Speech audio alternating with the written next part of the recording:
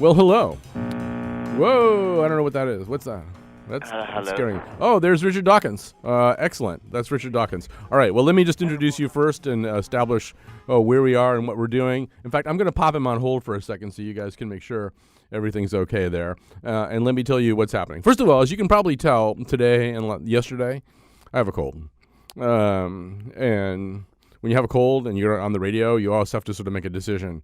To what degree is it worth it for me to continue doing the show if I sound really terrible? But I tend to play that out to its farthest extremes. So we are going to be talking to Richard Dawkins today. Let me tell you one of the reasons why we're going to be talking to Richard Dawkins. He will be at the Bushnell in Hartford for a conversation with Connecticut's own Carl Zimmer on next Saturday night, next Saturday night, November 4th. I just signed on Tuesday, I sent a wall that Carl Zimmer had signed. And I felt very honored to be asked. I mean, there were like a lot of other really important people up on the wall. And the Clintons had signed the wall. But, signing the same wall as Carl Zimmer, that feels very good. Anyway, tickets for an evening with Richard Dawkins are available at bushnell.org. We are also talking to Richard Dawkins on the occasion of the publication of Science in the Soul, Selected Writings of a Passionate Rationalist.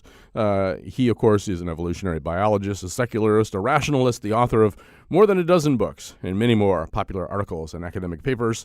And he is joining us from the Committee for Skeptical Inquiries 2017 conference in Las Vegas, which is a good place to be skeptical.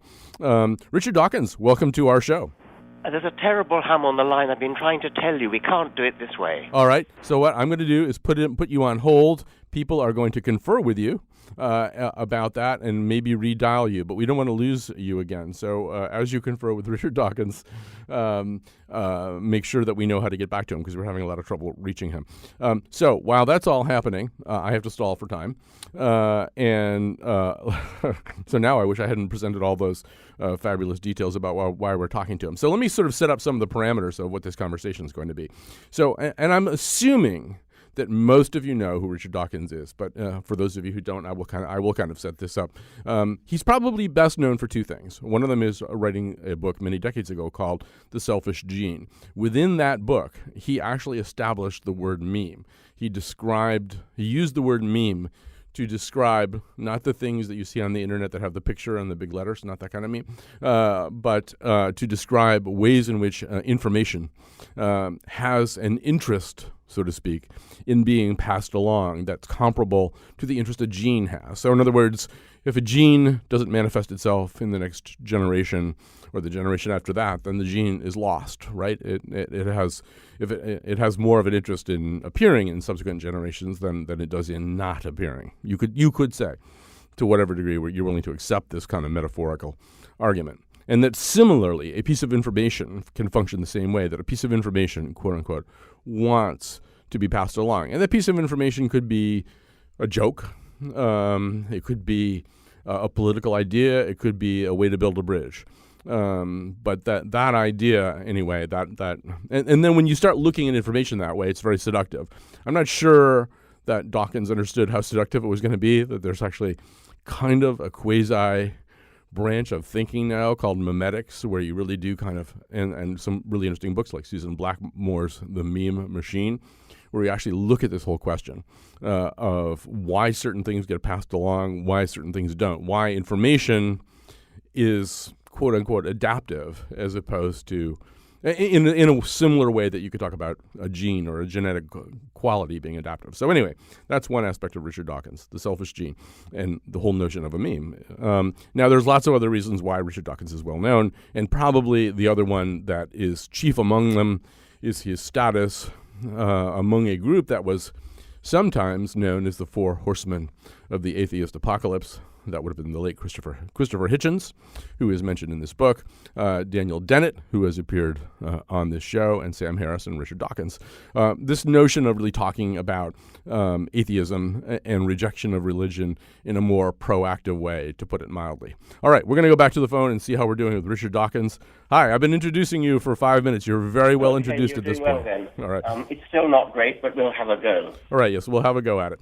All right, so let me just begin. Well, actually, before we even do that, I'll say one more thing by way of introducing Richard Dawkins. A measure of one's cultural penetration once one rises to a certain rank in the world is whether or not The Simpsons can pull off a kind of recherche joke about you. So here are The Simpsons doing a Richard Dawkins joke.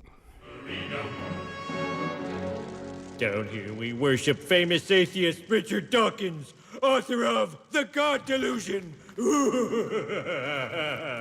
I'm making Catholic saint stew.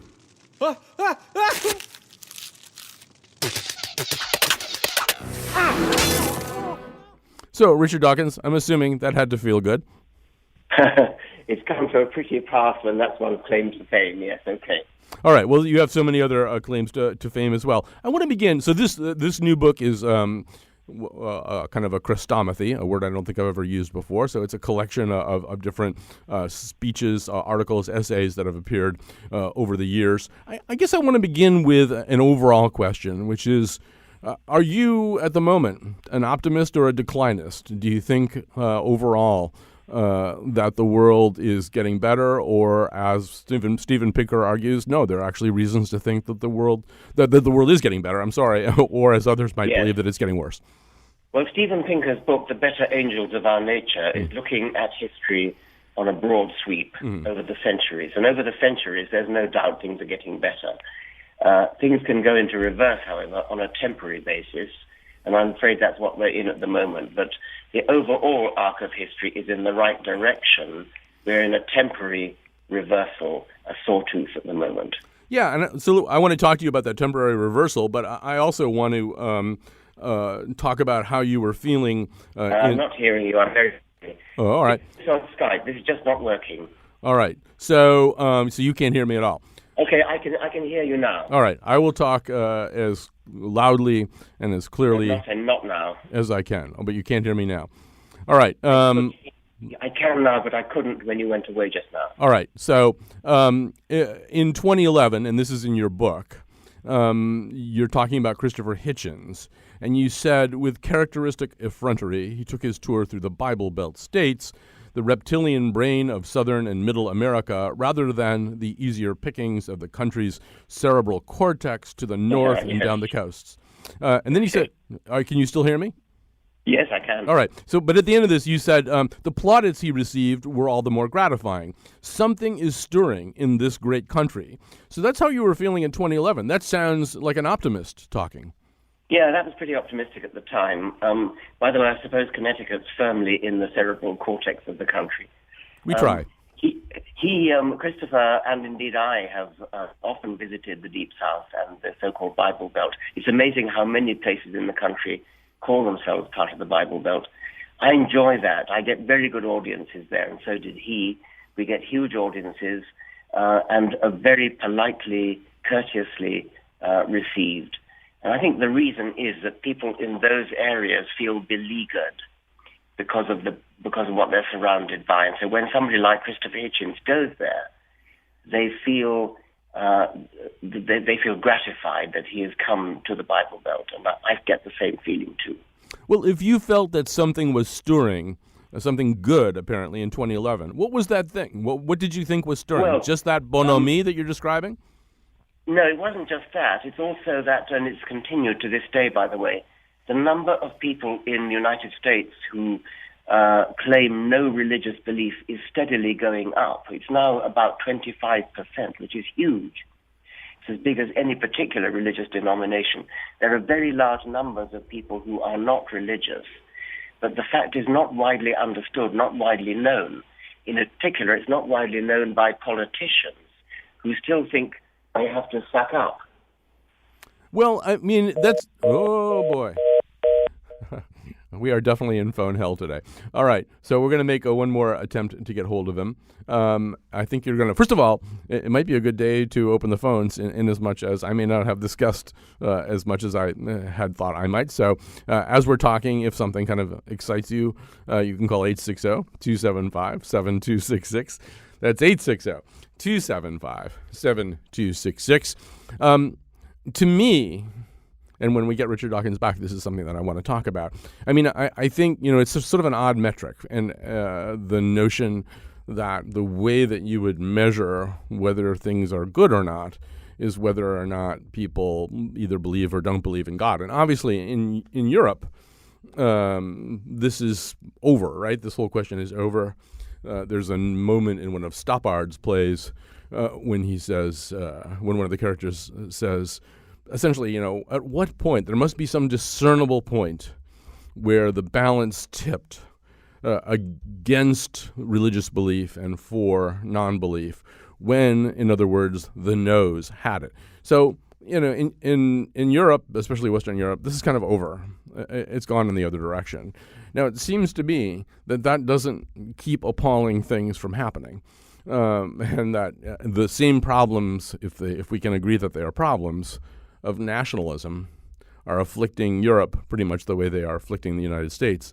I mean, maybe they haven't, it could be argued that they so far haven't elected anybody quite as appalling as the person that we have elected, but I'm not sure that he has the right enemy in this particular debate. Anyway, we're going to be trying to get a hold of Richard Dawkins. Our number, if you want to call in, 860-275-7266. If necessary, I will go back to my WTIC talk radio roots and talk for an entire hour and take calls. I know how to do that. Right now, Wolfie, can we take a break? Can we pull that off? Why don't we take a break while we see if we can reestablish communications? Yeah, we don't believe in a meaningless life, but I've read up on Hitchens, Dawkins, and I can't see why people still die in the name of a ghost in the sky.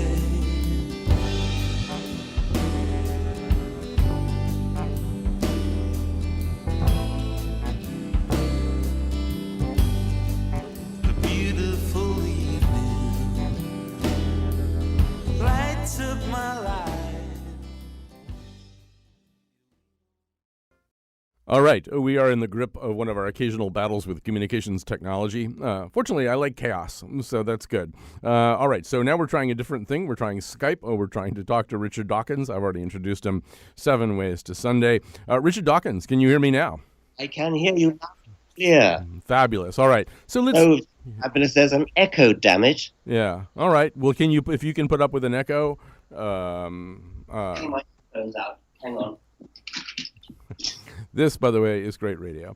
All right. So I'm also suggesting that maybe people call in if we continue to have some of these problems here. Our number is 860-275-7266.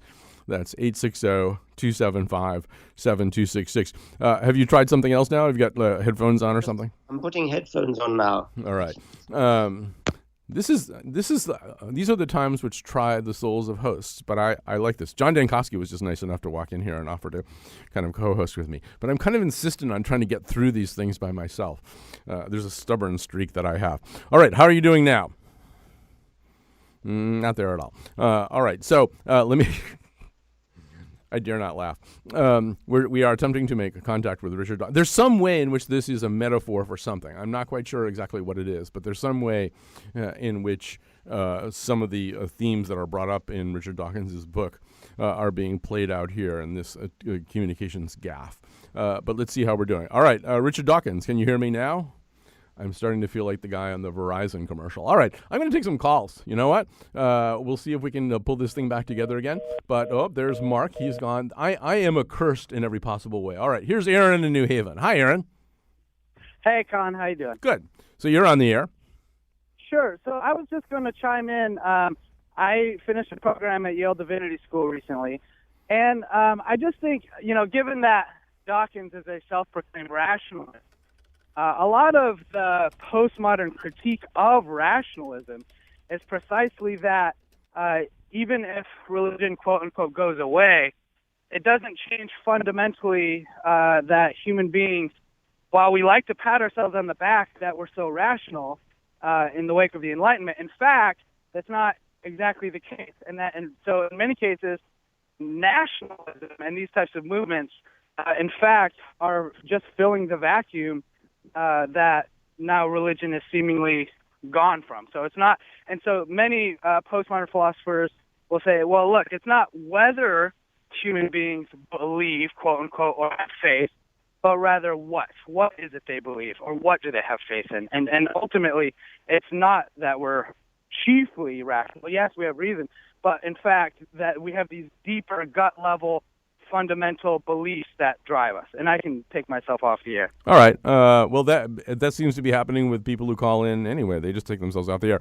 All right. Well, let me just respond to that, though, Aaron, because it's really a couple of interesting points. One of the things that I had hoped to talk to Richard Dawkins about was the notion that, in other words, very much the way he evaluates reality. And by the way, I think we might be doing a Richard Dawkins show without Richard Dawkins. So feel free to call in about religion, atheism, how it affects the political sphere, anything else that comes up here. The number is 860-275-7266. Many of you have called in. Harvey, Robert, Mark, Letitia, I will try to get to you. But I was going to offer, as I often do to guests, I was going to offer Richard Dawkins a hypothetical or metaphorical magic wand and say to him, and maybe we have him right now, so I can say it to him. We can try one more time. Richard Dawkins, are you there? Absolutely not. All right. So, yeah, it's no. So he's not coming out. Okay. So we're going to do a Richard Dawkins show without Richard Dawkins. So to Aaron's point, I was going to offer Richard Dawkins a metaphorical or hypothetical magic wand, and say, all right, this magic wand will reach back into 1900, and you can eliminate one of two things. You can eliminate nationalism, or you can eliminate religion, because religion is his big bugbear, right? It's his big boogeyman. But the reality is, if you eliminated nationalism, presumably you would avoid World War I, which killed millions of people and was essentially about nationalism and militarism, and World War II, which was about nationalism and militarism, and presumably the Nanking Massacre and the Cultural Revolution. These are things that killed millions of people. That, nationalism is a far more dangerous concept in a lot of ways, at least if you're looking at loss of lives and human suffering and stuff like that. I'm not saying that religious fanatics don't cause trouble, but, nationalism has been a much bigger problem, and it's why we should be scared right now by so much nationalism, not just here in the United States, but also abroad. And that, in these countries that are not at all religious, Western European countries, there are nationalistic and at times racist movements that are, insurgent in all of these. So, all right. So anyway, here we go. We're doing a Richard Dawkins show without Richard Dawkins. And I cannot speak for Richard Dawkins, so you're going to have to phrase your questions in a way that I don't have to answer them on his behalf. But here's Harvey in Rocky Point. Hi, Harvey. Hi, Colin. Great to talk with you. I had a question for Richard. I guess maybe you'll never get to ask him, but you and I can discuss it, Harvey. Okay. Well, Dawkins sometimes seems to hate philosophy. People have asked him about philosophy, and he and I'm sorry, I can't remember the name of the astronomer, Tyson. I've seen Neil deGrasse Tyson, yeah. Neil deGrasse Tyson. I've seen them together on panels in which they trash philosophy because philosophers don't pay enough attention to contemporary science. And, it seems like he's friends with Daniel Dennett and appears with Daniel Dennett sometimes. And Daniel Dennett's one of the foremost contemporary philosophers. I don't understand why he gives philosophy such a hard time. Well, I mean, isn't philosophy, Harvey, a little bit like religion in the sense that it's practiced lots of different ways? And so, yes, Dawkins is probably going to have a problem with, I would assume that Dawkins would have a bigger problem with Plato, who is mentioned, I think, in one of the chapters of this book, and perhaps less of a problem with Aristotle. Plato is dealing in absolutes. Aristotle is dealing in the real world. I mean, to have a problem with philosophy is, at least to my way of thinking, I mean, it's sort of like having a problem with, I don't know, paint or something. I mean, it just, philosophy is I mean, it's so many different things. Or maybe like having a problem with religion, which is also, as you say, practiced in many different ways. Right, religion. I mean, ISIS is our worst example of religion these days and how religion can be practiced. But nobody really knows how big ISIS is, but ISIS is probably at the outside around 200,000 people. I mean, that's the size of Wolverhampton, England, you know? I mean, and there are a lot of people who are practicing religion in ways that organize relief efforts to stricken areas. There are, I mean, people who do good things in the name of religion. It always seems kind of odd to me to have that categorical objection. But I'm not sure that I know for a fact that Dawkins dislikes philosophy. And certainly, yes, he and Dennett have been on the same page about a lot of stuff. But these guys, they shapeshift a little bit, you know, so whatever. All right. Well, I hope that was a satisfactory conversation, Harvey. That's what I'm in the business of offering today. All right. Let's go to Robert in Newington. Hi, Robert. Oh, this is kind of fun, except people keep hanging up. Have patience. I will get to you. All right. Here's Mark in Old Saybrook. Hi, Mark. Hi, Mark. You're on the air. Hi. Thanks for taking my call. Sure. So anyway, love your show, and thanks to you and all the other people who are still thinking. I guess my point is, it may be obvious and it may be small, but I think, you know, when we have these deep philosophical discussions about whether God exists and whatnot, it seems to me that a lot of the people who believe strongly in religion and God and all of that really don't. I mean, they're doing it for other reasons. And it seems like it's only the atheists who are really thinking hard about whether God exists or not.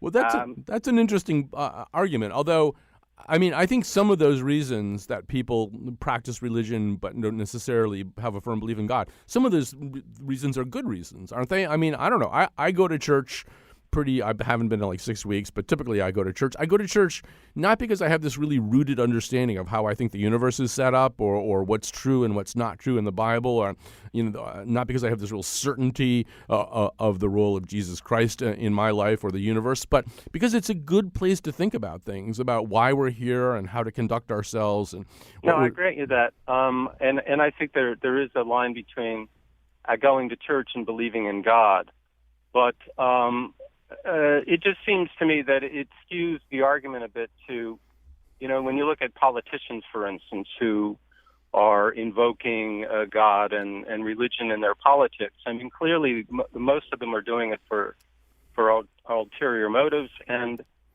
you know, earlier on, Mr. Dawkins mentioned, you know, the Bible Belt.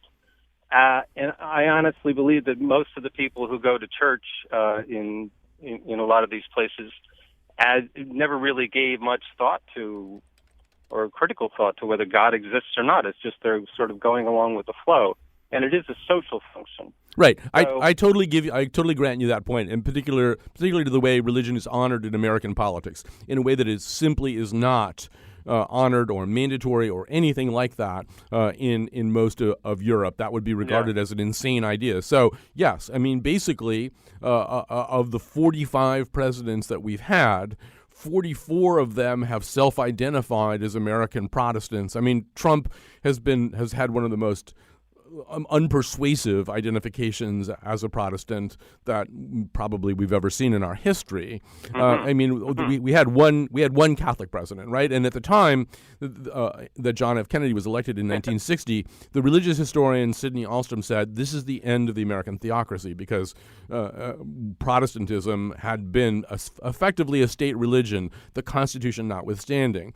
But right. Since then, nothing has changed. We've gone back to having Protestant presidents, and you have to when Michael Dukakis was getting ready to run, he kind of had to re-up with his Greek Orthodox roots. I mean, he hadn't been kind of a church-going guy for a while. He kind of re-upped a little bit so that he could convincingly say that he was a church-going man. I mean, Reagan didn't really go to church, but I mean, in 1980, we had 3 candidates, all of whom professed to be born-again Christians. It was Ronald Reagan, Jimmy Carter, and John Anderson, all professing not to be just Christians, but born-again Protestant Christians. So yeah, that's what you're saying, right? That this it was the religious label du jour. So I guess what I'm saying, and again, it's probably obvious, but when a lot of people are sort of scratching their heads and saying, well, we're doing strange things in the name of God, you know, honestly, it has nothing to do with God at all. It's just a cloak that people wear to gain following.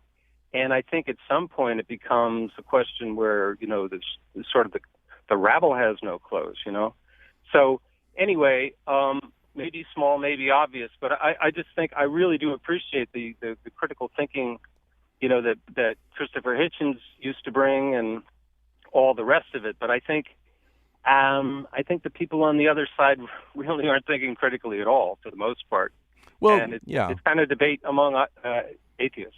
Yeah, although, once again, I would hesitate. We're sort of back to Harvey's call. I would hesitate to paint all religionists with one brush. I mean, there are people who are truly reflective within the world of religion, and there are people. I hope I'm one of them. I mean, I'm somebody who is probably more of a seeker than anything else. But I mean, I do go to church, and I go to church because it's a matrix. For thinking about ethical action. It's an opportunity to stop what I'm doing, at least for a few hours once in a while, and think about other things. And those other things can be transcendent, or they can be worldly. But it's a great way, at least, well, for me anyway, it's a great way to pause. I mean, I don't think that it leads me into any kind of Elmer Gantry-like charades about who I am. But I also freely concede that there are Elmer Gantry type charades being perpetrated these days. Are we going to try him on the phone one more time? Is this like I feel like we're half an hour into the show and we've never satisfactorily established Richard Dawkins, although he has been listening apparently, so that's good. Hello, Richard Dawkins. Hello, can you hear me? I can hear you. Can you hear me? Yes, I can, finally. Well, this is so exciting. I had to spare it, and there are all kinds of things that would have been so much fun to talk about. And I was incredibly frustrated not being able to join in with your interesting callers. It's a very interesting program. All right. Well, is there anything, I mean, I have certain ways in which I could guide this conversation, but based on what you did here, is there anything that... Well, I heard you talking about nationalism, and I totally agree with you that nationalism is also very dangerous, and certainly World War I and World War II were about nationalism. And so, yes, if I could wave a magic wand, I would do away with both religion and nationalism. Yeah, I didn't equip your magic wand to do both of those things, but I take your point. It does seem to me that you look at what's happening in Western Europe right now, where there's a comparable rise of fairly nasty strains of nationalism unaccompanied by any religious fervor. Yes, are you thinking of the xenophobia which motivated Brexit, for example? Yeah, xenophobia motivating Brexit, but also, the strong showing of Le Pen and some of and what's happened to Merkel in Germany. I mean, we could really walk across the map and Geertz Wilders. We could show a lot of signs of this. I mean, so what's happening there? That's not religiously fueled. What do you think is happening? I mean, I wouldn't exaggerate that too much, and Le Pen didn't actually get in after all. And there's strong opposition to Brexit, and there are other reasons for voting Brexit apart from xenophobia, although I suspect that xenophobia is the most important one. Right. Well, I would agree as well. When you look at this moment now, and so let's go back to your book, and there's a point at which you say you're writing, I believe, in November of last year, and you say that the phrase "barbarians at the gate" seems appropriate. It tempts without irony, I think you said. Yes. And so, what do you think happened? I mean, in other words, do you have a working hypothesis? I know that you have things to say about the Electoral College, and we can talk about those too. But do you have a working hypothesis about why things happened the way they did and how we got to our present moment? Well, I think Michael Moore's analysis is pretty plausible, actually. That it's sort of white working class people who felt left behind and deserted and frustrated and paranoid. But there no doubt are other reasons as well. I think there's a general dissatisfaction with politics and a tendency to kind of lash out and blame everything in sight out of frustration. But that it should go so far as to elect a petulant 2-year-old like Trump is actually deeply worrying.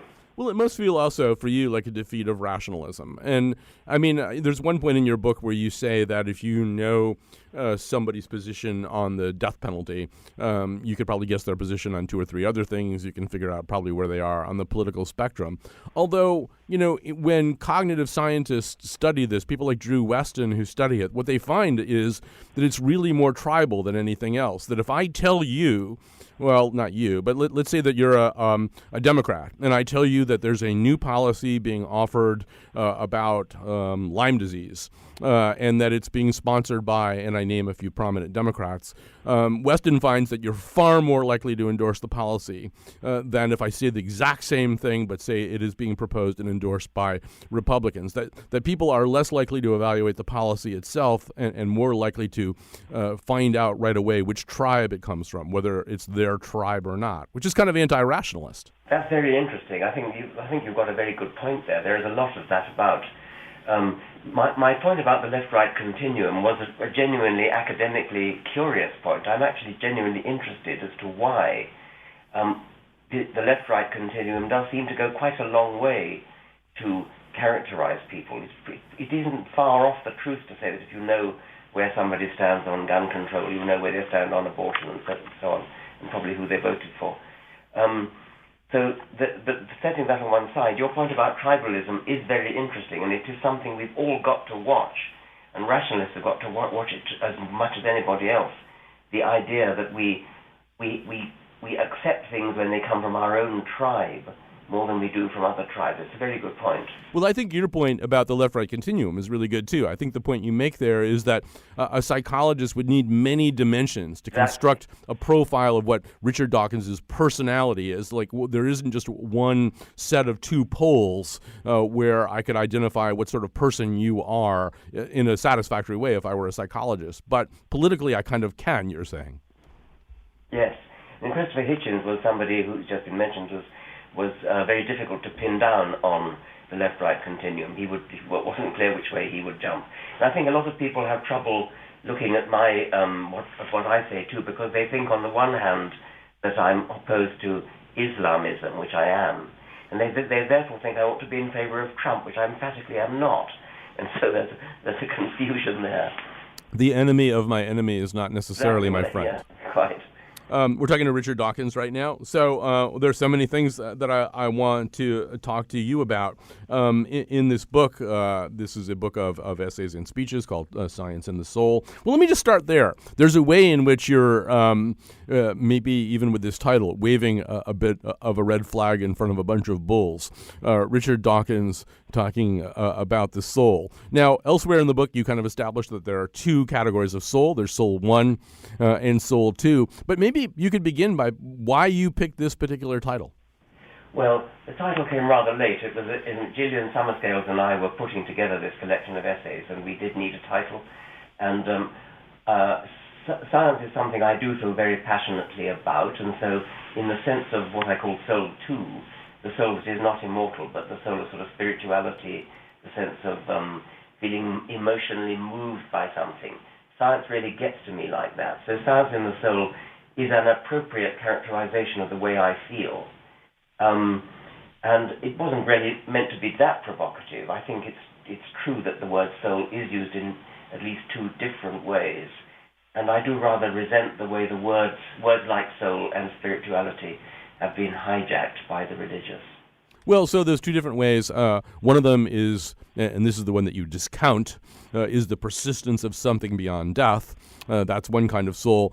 Say what the other kind of soul is. You just hinted at it, but say more. Well, I tried to say, when I look up at the stars and reflect how the immense distances of space, the fact that the stars we can see are in our own galaxy, one of hundreds of billions of galaxies, I mean, that is a sobering, deeply moving thought. I get a lump in the throat when I think about that. I get the same lump in the throat when I visit the CERN atomic energy establishment place in Geneva, or when I see a big telescope. And when I look down a microscope at the detail, the incredible detail, especially an electron microscope, the incredible detail of a living cell. These are deeply moving experiences. Science can do that just as poetry can, just as art can. Science in the soul. Right. So Well, I don't know. There's so many ways that would be interesting to explore that. But in a way, you're saying these things, I mean, some of the things you're describing are the ways in which we are moved in a way that's not necessarily rational. In other words, there might be no particular reason that a Mozart trumpet quartet would bring me to tears, or that a beautiful painting would move you, or even looking at something that's happening in a super collider. These are ways in which we are stirred in a way that isn't maybe necessarily explicable in a linear fashion? Well, it's ultimately explicable, but it's true that we can't explain it at the moment. I wouldn't want to say there's anything supernatural about it, but yes, I can be moved to tears by Mozart or Schubert, and I'm not ashamed of that. It's not irrational, but so far we can't necessarily produce a sort of step-by-step rational account of it. Well, see, this is where... So now we're at that interesting juncture. This is the hard problem, so-called, right? I mean, it's a little bit for a few steps down the road from the hard problem, the so-called hard problem of consciousness, which is that no matter how much we seem to know on a materialist level about the brain and how the brain works, we not only can't explain why you're moved by Schubert, we can't even explain why you have the peculiar experience of hearing middle C played on a piano. We can't. There's nothing we can point to say that's what's happening when you experience that moment, right? I agree. That's why it's called the hard problem, and I'm fascinated by it. I mean, I think it ultimately has to have an explanation. The explanation ultimately lies in brains, but I'm not even sure what an explanation would look like. Right. You say that in the book, and you also say this is, I think, something that a piece that you did for a Mike Wallace compendium about what will happen in 50 years. So you do say, I think, in that piece, okay, well, in 50 years, we're going to know the answer. Although, I mean, Leibniz was essentially asking this question in 1714. So, I mean, the interest on this loan is piling up. Okay. Yeah. Yes, I mean, I think I said in 50 years we'd have killed the soul. I'm not sure I'd say we'd have solved the hard problem. But I think what I might have said is that if anybody can solve the hard problem, it will be done by science. And I mean, in a way, I think that for someone like you, those things or those parts of, let's say, physics that fall into a category covered these days by terms like hidden variables, you know, those are mysteries with a small m. For other people, they're mysteries with a big M, a capital M, right? That these are mysteries because we can't solve them, because we're never going to solve them, because ultimately when we see the solution will have a component that isn't purely scientific. I don't know, is there any way to bridge the chasm between those two points of view? I don't know whether there will be problems that we can never, ever solve. What I think I do know is that if science can't solve them, nothing can. All right. So there may be difficulties. That the hard problem of consciousness may be one. The origin of the laws of physics and the physical constants may be another. I think it's an even bet, really, whether we shall ever understand where the laws of physics come from. If we don't, then nothing will help us to understand it. And if we do, that's very exciting. If physics comes to an end, if we finally know everything, then some people think that's a rather empty, hollow feeling. Other people find it rather exciting that we shall know everything. Right. I mean, I don't know. I'm one who, and I know that you justifiably feel there's a lot of hokum and bunkum that attaches, and you're right to say that people use quantum mysteries to gin up all kinds of ridiculous things. But for me, when I look at the work of John Archibald Wheeler, a physicist whom you quote at the beginning of the book, and then what he says about how some of reality appears to be created by the mind, by observation, it doesn't seem that far from Buddhist notions of Maya. That I feel like there might be a point way out there where these two poles touch one another as opposed to repel one another. But you're never going to go for that, right? I don't like being mystical about things. I like the idea that things do have a rational explanation. What was the quote from Wheeler that you thought was implying that? Well, I think the quote that you have in your book is the one where he says that, ultimately when we figure it all out, and I think he is talking about quantum reality and hidden variables and some kind of consistent theory of physics, that it's going to be this incredibly simple thing, yes. where we say, oh, we should have understood that all along. How could we have been so blind, is what he said. Right. Oh, I accept that. I mean, I think that quite often great mysteries are solved, and then with hindsight we say, how could we not have known that? How could we be so blind? T.H. Huxley, when he closed The Origin of Species, when he first read it, said, how incredibly stupid of me not to have thought of that. And I think that's a rather beautiful thing, actually, to find an idea so beautiful, so wonderful. You say, how stupid not to have thought of that. All right, we're talking at last to Richard Dawkins. We have to take a very, very quick break here. We'll come back. We might even talk about things that aren't quite as hard to talk about, that aren't hard problems. Things like subtitles versus dubbing. So good at being a genius. Oh yeah, he wrote a book called The Selfish Gene. It's such a good book. Oh yeah.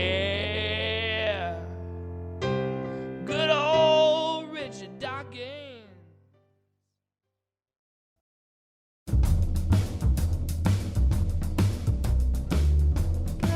Today's show is produced by Jonathan McPants and me, Kyone Wolfe, with help from our intern, Sarah Bly. The part of Bill Curry was played by Sam Harris. On tomorrow's Nose, we wonder why Justin Timberlake was invited back to the Super Bowl and Janet Jackson wasn't. And now, back to Colin. All right, we're talking to Richard Dawkins. Why are we talking to Richard Dawkins? Because a week from Saturday, he will come to the Bushnell with the great Carl Zimmer. They will have a conversation on stage. You may be there in the audience. It's November 4th. Tickets for an evening with Richard Dawkins, parentheses, and Carl Zimmer, close parentheses, are available at bushnell.org. All right, so Richard Dawkins, one nice thing about this book, Science and the Soul, is that these selected writings, for those of us who are cerebral cortices get overtaxed by some of these really profound questions. Towards the end of the book, you give us a little bit of a rest, and you take on some more pedestrian or at least kind of mundane questions that we can all understand. For example, you don't like rules. You don't like hard and fast rules, and particularly you don't think airlines should have these inflexible rules about exactly how much you can bring on board. Talk about that. Yes, well, I was moved to write that because I was at Heathrow Airport and there was a young mother with a daughter who'd had eczema, and she had a tub of ointment which she desperately wanted to take on the plane because the poor little girl was suffering from eczema. She wasn't allowed to.